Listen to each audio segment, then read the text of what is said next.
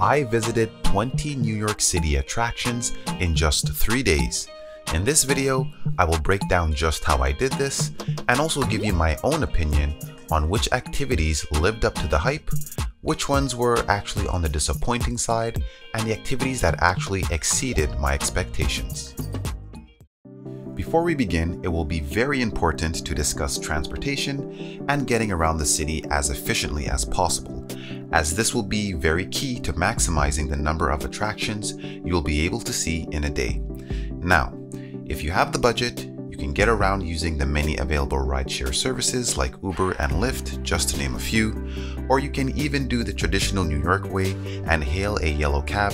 But if you are traveling on a tighter budget, then I would highly suggest getting a weekly pass to gain unlimited access to the New York City subway and bus lines.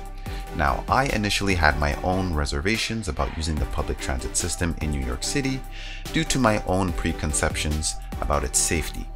But in hindsight, I found the public transit system to be a safe and extremely efficient way to get around the city while avoiding the heavy traffic that the city is so well known for. The one-time flat fee for this weekly pass was just $33 US, which I think is quite the bargain in my opinion. For shorter distances though, you may also want to consider taking the city bike. Each ride will set you back roughly $4.49 and allow for 30 minutes of use. A city bike day pass is also available for $19 and will allow for an unlimited number of 30-minute rides for any given day. Now, I would be doing you a disservice if I didn't mention the ability to get free Wi-Fi almost anywhere in the city through something called LIC NYC Wi-Fi. Now, the city, it used to have thousands of payphones scattered around the city, but due to changing times, these phone booths were intelligently converted into Wi-Fi terminals where you can make phone calls, look up maps for directions, or even charge your smartphone. Simply find one of these Wi-Fi terminals, follow the on-screen instructions, and connect your phone just once to the Wi-Fi network, then you're good to go for the duration of your stay. Having an internet connection will come in very handy when trying to navigate your way through the city. Now that we have gotten the basics out of the way, let's talk about some of the activities I found to be worthwhile doing. Now, keep in mind that these are based on my own preferences, and there might be items on this list that may interest you more than others, as it were in my case. First up on the list is the Intrepid Sea, Air, and Space Museum, located in the Hell's Kitchen district of New York. Now, after spending 3 hours at this museum, I quickly realized that this was an extremely underrated attraction. Now, we got the opportunity to see military equipment that I've only seen in movies up until this point. The Intrepid was an actual aircraft carrier that was used during World War II. In fact, this actual vessel was attacked by the Japanese kamikaze and nearly sunk. However, the sophisticated engineering of the watercraft withstood the attack and remained as part of the US Navy. Coming up close and in person to a US aircraft carrier really gives you an appreciation for its sheer size and design.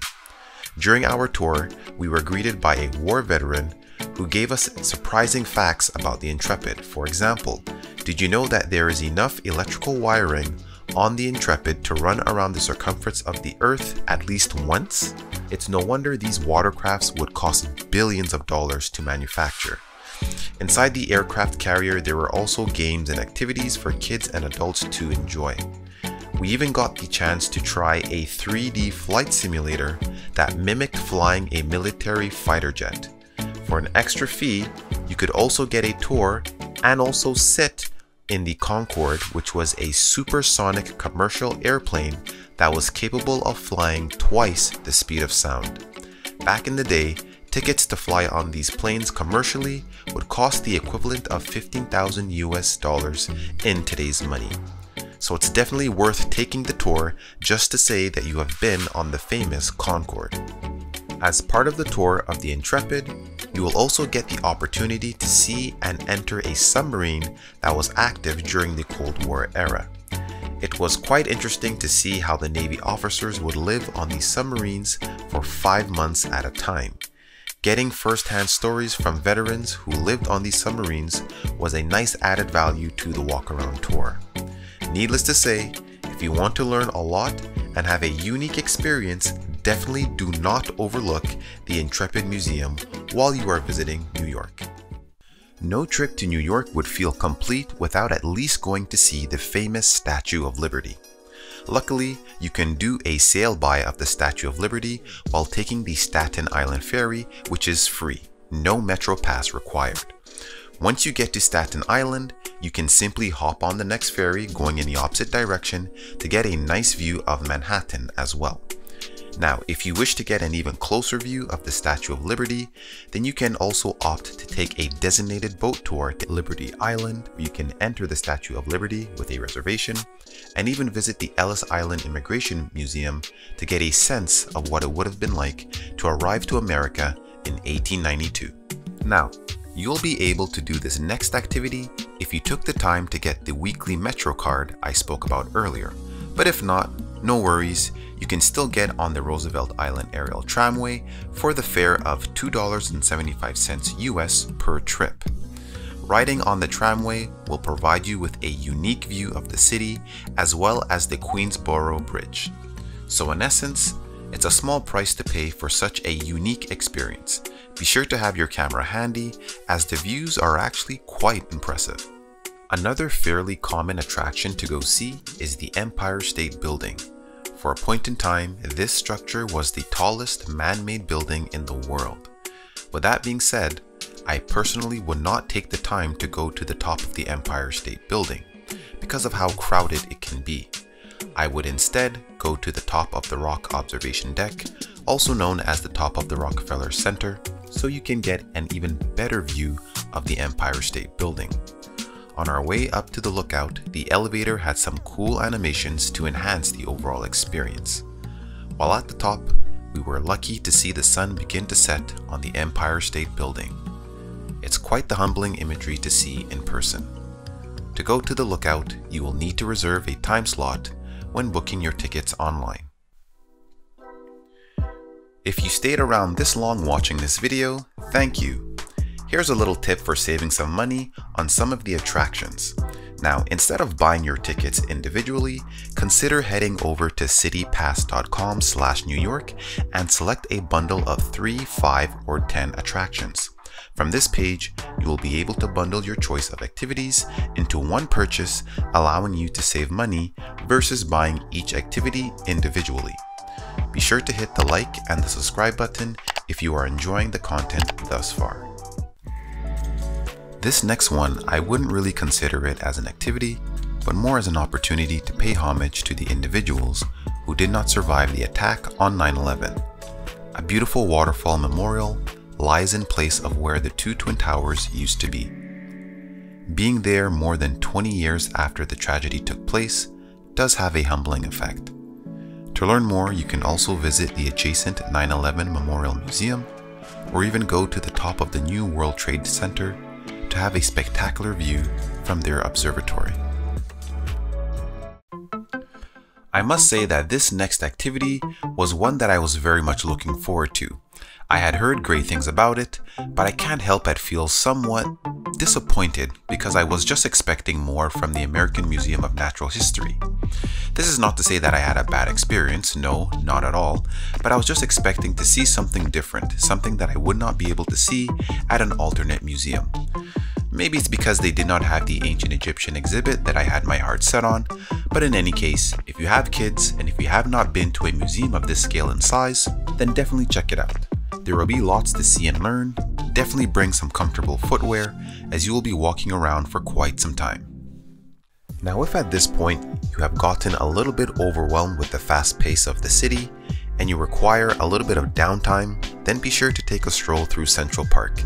In fact, this is exactly what we did immediately after our visit to the American Museum of Natural History, as it's quite literally across the street. Central Park really serves as an oasis away from the commotion and noise that Manhattan is often associated with. Walking through Central Park was a very welcome change of pace. However, the park is well known for its sheer size, and you can easily spend a day without being able to experience everything that the park has to offer. but whatever time you can spend, you can guarantee that you will be serenaded with a great ambiance, numerous activities, and a natural, picturesque scenery. Another free activity to take advantage of while in New York is to walk across the famous Brooklyn Bridge. This structure is roughly 1.1 miles long, but while there, you will be greeted by numerous merchants who sell New York City memorabilia. You will truly get a first-hand experience of what the New York hustle culture is like. When crossing the bridge from Manhattan, you will eventually arrive into the DUMBO region of Brooklyn. This sector is very scenic, and from here, you will get the opportunity to see Manhattan from the other side of the river. There are also nice parks as well as restaurants that you will be able to explore. A very nice way to finish an evening, especially after being exposed to the hectic nature of Manhattan. If you consider yourself to be a foodie and you would like to venture out to see the very soul of New York, then be sure to check out the SOHO, Little Italy, and Chinatown regions. You will certainly be overwhelmed with the volume and variety of food offerings in these districts. After seeing the craze over a French pastry shop on social media, we decided to pay a little visit to the Lafayette Grand Cafe and Bakery.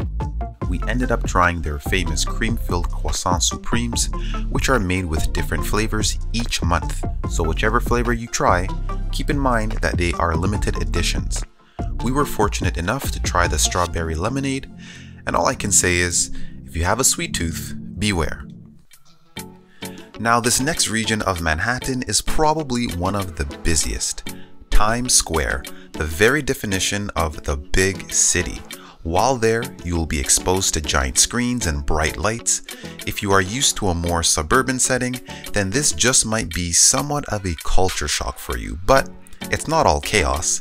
In this region, you will also be able to find every mainstream brand of products available, everything from shoes to clothing and even makeup. So if you're into shopping, prepare to be amazed. In this same district, you will also find the Broadway Theatre.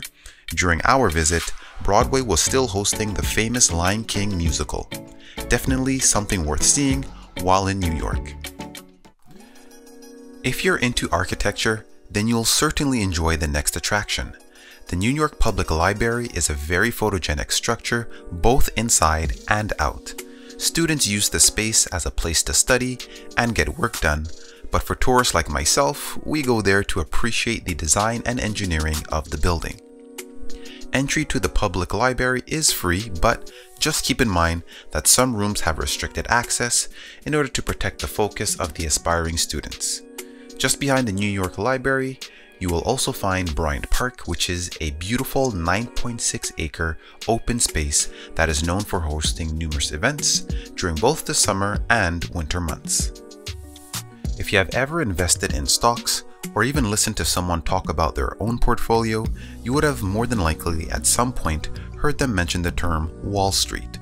Well, this is the financial hub of New York, and in some cases of the world. You'll be able to see all of these famous references in the financial district of New York, including the famous Charging Bull. If none of this interests you, then you can still appreciate the somewhat European look of the sector.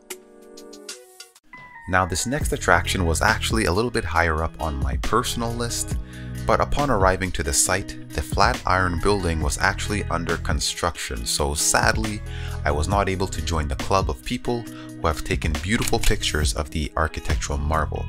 But luckily, the time traveling there was not completely wasted, because right across the street, we were able to find the Madison Square Park, which was an amazing spot to just lounge out and enjoy the ambiance. We even stumbled across one of the coolest dog parks we've seen. It almost seemed like a water park for dogs. And should you get a little hungry, you'll find a Shake Shack conveniently placed in the center of the park. All around, very good vibes and definitely worth the visit. Last on this list is the Washington Square Park. Now, I wouldn't really say that there was anything particularly special about this park, but after seeing the Washington Square Arch in so many films, I figured it would be nice to cross it off the list just so I could say that I've been to see it in person. However, by chance, while we were there, we actually ran into the New York City Mayor, Eric Adams. Needless to say, the task of running New York City is no easy feat, and given the fact that I've enjoyed my 3 days here is probably a testament to all the hard work that keeps a city as large as Manhattan running the way it is. Now, before I let you go, I know planning a trip like this can get pretty expensive very fast if not properly planned and budgeted for. So here is another pro tip to help you save some money while visiting the city. Instead of getting a hotel or an Airbnb on the island of Manhattan, consider staying in Queens or even Brooklyn to save on the lodging costs. Simply choose a spot with good metro access so you can easily and quickly move to and from Manhattan.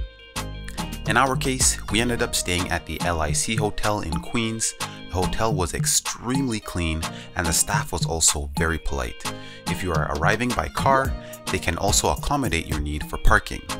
There was also a very nice rooftop terrace that offered a very nice view of Manhattan. As you can see, we're here on the rooftop terrace.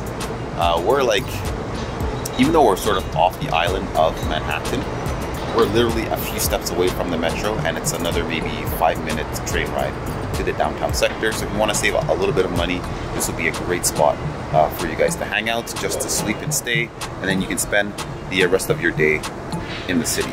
So thank you guys for watching. Hopefully this video has been beneficial in showing you how you can explore New York City on a budget or even on a tight time frame. Be sure to leave your own tips and tricks down below in the comment section, as I am sure that you too will be able to contribute to the topic. Until the next one, take care for now.